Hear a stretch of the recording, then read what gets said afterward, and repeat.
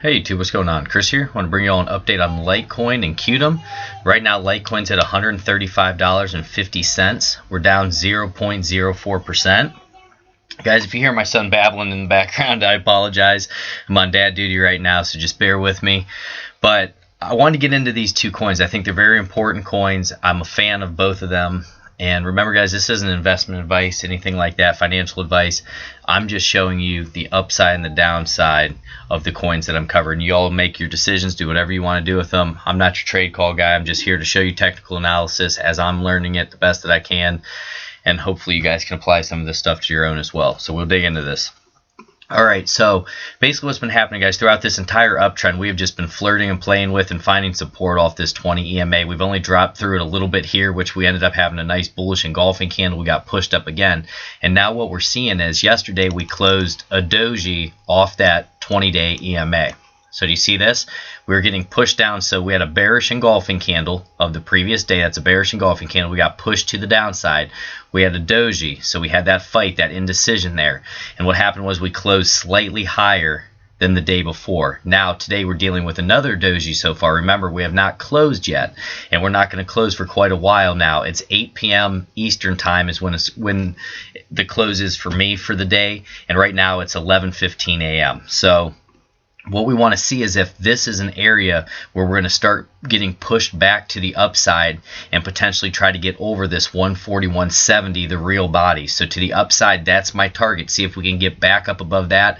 Then it'd be up above this wicket around 146. Then we'd look at 150. So those are the upside targets. That's what we're going to be paying attention to today. See if we get a swing or a bounce off this. See if this was just a higher low than this previous area here, and then we're going to start having another section like this moving up. That's our possibility. Or we could move up, guys, fail, and then start falling back down, and we continue to look at this 20 EMA to see if we have support, or this trend line here. If we do break down through this 20 EMA, I'd look at this trend line, then I'd look down here at 119.29. So those are the areas, guys. Downside targets 130. Then we're going to look at the trend line, and then we're going to look at around 119.29, and that's to the downside. Then to the upside, we'd want to have a candle close up above 141.87, and then it's going to be up here around that 146.06. So what we're showing right now is just a lot of indecision. Okay, so today's candle is going to be a crucial factor. We want to close higher than we did yesterday so we can start to get some follow through here. And you can see the 20 EMA is starting to flatten out slightly. Whenever you use these moving averages, guys, you want to treat them as support and resistance as well. They're very important, and they will also tell you the trend. Do you see the trend right now? The way of the trend is up, right? So we had that switch, that transition. Do you see the supply and demand shift here? What was happening with this river? 20 EMA up above, 50 up above, 100 up above, 200 up above. And now we've had that switch, those golden crosses, and now the river's moving the other way. And that's what we want to do. We want to align ourselves with these trends and with these rivers. You got to think of them like river and the power. So the bigger the river, the more power it's going to have behind it, just like a longer term trend is going to have more power than an intermediate term or a shorter term trend. Guys, we need to be trend chasers. I can't express that enough. You want to start searching out these first higher lows that come in, different things like that, first higher high, and you want to make sure you pay attention to these trends changing. Do you see right here this correction? So we blasted off. We were having lower highs and lower lows. The trend was down in the short term there. We had a bullish engulfing candle right here, and our trend started to move to the upside again. And that's how they change. We want to be trend chasers.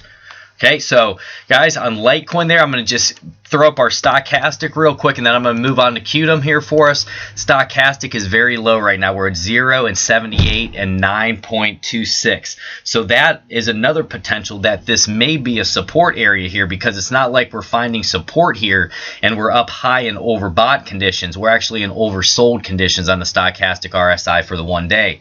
So this may be a potential area to get a bounce to the upside, but we have to wait for that candle close today, guys. I can't emphasize how important confirmation is.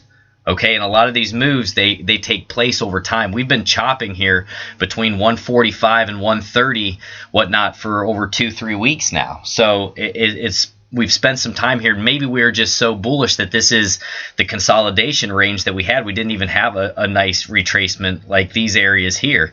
We were just so bullish that we were moving sideways while we cooled everything off, and we're going to get another leg up. So I do want to pay attention to that, but always have your upside and your downside targets ready, guys. Can't overemphasize that enough. Now let's head into Qtum, and this is one I hope you got into this with me when I was talking about it. Remember, I was telling you I thought it was pretty over or undervalued, and we were looking at the health checkup of it, and its algo score was like a 4.2 out of 5 or a 4.3 out of 5. So the business is doing really well. And what I wanted to point out to you, let me close that out here. The reason why I figured that we were going to have a nice little move off here, guys, is because of this supply and demand shift. You see the lower highs that were coming in and the lower lows that were happening, and we had this switch. So when I went long off Qtum, we bounced off here, we came back down off this trend line, and we had this very large like hammer candle, this really long wick, and in my opinion, that's when I wanted to go long on it. So right now I'm just being patient. I'm waiting in my position. Right now we are showing a lot of profit taking so far today. Do you see this wick right there? That was us basically trying to, first we broke through this 503, and then we were trying to run up to around that 649, and we hit it, but that's where people were taking profits right here. So we're going to have to pay attention to where this candle closes today. If it were to close exactly basically how it is right now, guys, this is a lot of wick here, so that's showing a lot of profit taking, and we'd have to be careful to see if we're going to start to have some type of retracement coming back in. Okay, so if we are to have a retracement, I'd start to look around to see, number one, if $5.03 is going to be support, and also that $4.45. So those are the downside targets that I'd like to see. To the upside, we would want to close back basically right where we were here. If we could close up above or right on that $6.49. So right now we're up 5.19%. We're at $5.51. So this has been a beautiful move.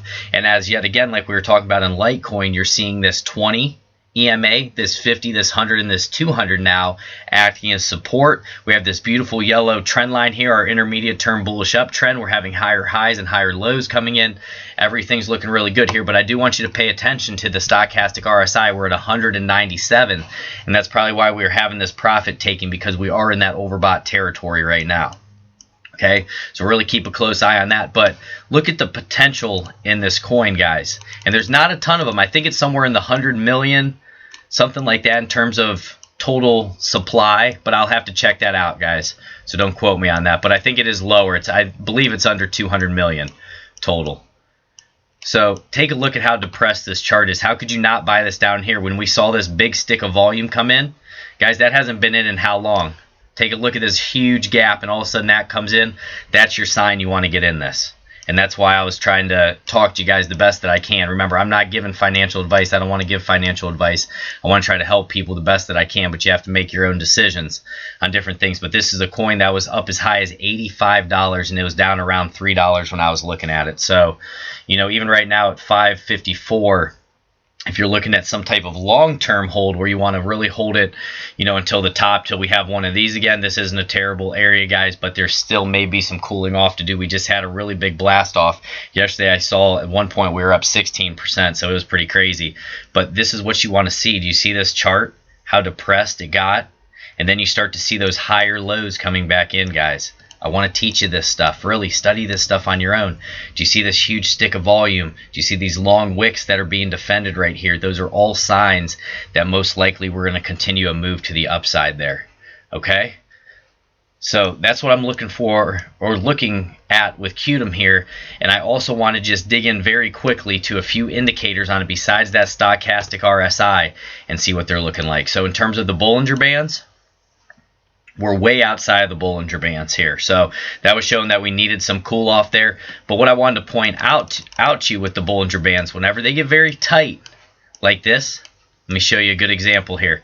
So do you see how the bands here started to get tight right in that area? Then you look for that break. When you start to get outside of the bands, a lot of times you'll start to have that sell-off. And now that I'm in tight here for you, take a look at this candle. Anytime you see a candle like this, guys, price is going to be moving up most likely. I mean, that is a serious defense there. So the price went all the way down to around that $1 mark, and it got bought up so quick in the same day, went all the way back to $2.39 and closed a little bit higher. So these are the things that we want to keep our eye on and pay attention to, right? Studying this stuff is going to help us a ton. Let's see here. And then we'll do our MACD. MACD, histogram, everything moving up. That's just a beautiful shot right there, guys. We'll pay attention. So typically, what I would like to do, at least, if I'm being patient, I'm being cautious in a position like this. So you could play the MACD, you could play some different indicators, but on the MACD, what you'd want to see when you say, okay, I'm ready to sell or get out of this, you would want to basically see a MACD cross with some type of candle, like a negative candle formation. So say we were even start to cross over and we start to have hanging man candles or bearish engulfing candles, and we're starting to get a MACD cross to the downside. That's a lot of the times when you say, okay, I want to get out of this position. But you kind of see up in here, we had a cross right here once we started this sell-off, and look how much more we ended up going back down.